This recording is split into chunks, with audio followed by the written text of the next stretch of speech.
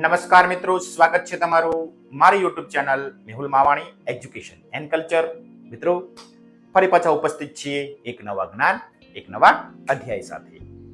આજે આપણે શીખવાનું છે ધોરણ 6 વિષય છે ગુજરાતી. ગુજરાતી વિષયનો એકમ છે 4, જેનું નામ છે દ્રષ્ટિ પારની સૃષ્ટિ.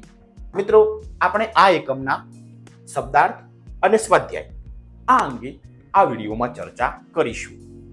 મિત્રો, સુંદર મજાનો આપણો એકમ છે દ્રષ્ટિ પારની સૃષ્ટિ, જેમાં વિજ્ઞાનની એક કથાને સુંદર રીતે વર્ણવવામાં આવેલી છે. તમે આ એકમ શીખી ગયા હશો, સમજ્યા હશો અને જાણ્યું હશે.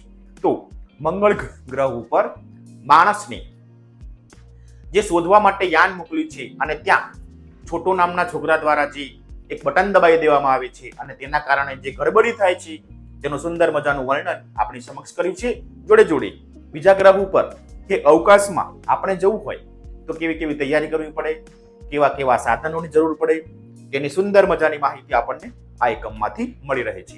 તો એકમને જાણ્યા, શીખ્યા અને સમજ્યા બાદ હવે જોઈએ આ એકમના લેખક છે ડોક્ટર જયંત નાર્લિકર, જે પોતે પણ એક ખગોળ વૈજ્ઞાનિક છે. તેમનો સુંદર મજાનો એકમ દ્રષ્ટિ પારની સૃષ્ટિ તમે શીખી જ ગયા છો. જોડે જોડે આ એકમનો પ્રકાર છે વિજ્ઞાન કથા. પરીક્ષામાં ક્યારેક એ લેખક અને કૃતિનો પ્રકાર, કૃતિના કર્તા અને કૃતિનો પ્રકાર કયો છે એવો પ્રશ્ન પૂછાઈ જાય છે.